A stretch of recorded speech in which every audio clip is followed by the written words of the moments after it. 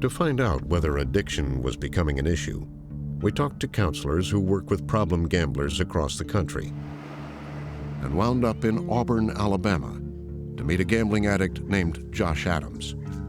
You know, gambling for some people is fun, and some people can do it normally. I'm not one of those people. If you have a mind like an addict has, it's dangerous. He's been a gambling addict for much of his life. He says he's lost hundreds of thousands of dollars betting on sports.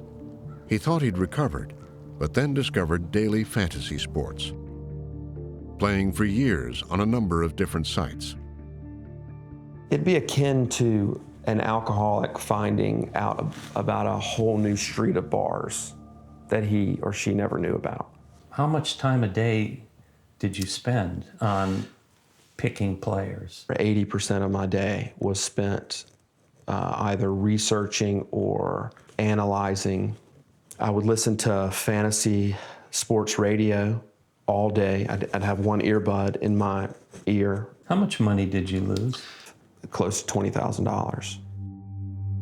The New York Times article on Josh's account of his addiction struck a nerve with some readers. It had a profound impact on me, and to the point where I almost cried as I was reading it, because I could relate to Josh's story and kind of what I was going through at the time. Paul is a gambling addict in his 20s. We agreed to conceal his identity and voice because he's afraid of ruining his career prospects. Like Josh, he says an addiction he thought was under control was reignited when he found daily fantasy sports. You knew you had a gambling problem. Why did you play that first game on fantasy sports? I didn't think it was gambling. One of my friends was playing online fantasy, and he sent me a link, and the deal was he gets a free entry and I get a free entry. That was my first time on the website. Paul showed us his betting records. There was one day where I deposited $5,300, lost, then deposited again a few hours later, and 10,000 again. If that's not an indication of problem gambling, I don't know what is. How much do you estimate you lost? I think it's a little bit over 60. It's between 60 and 65,000. Did you have it to lose?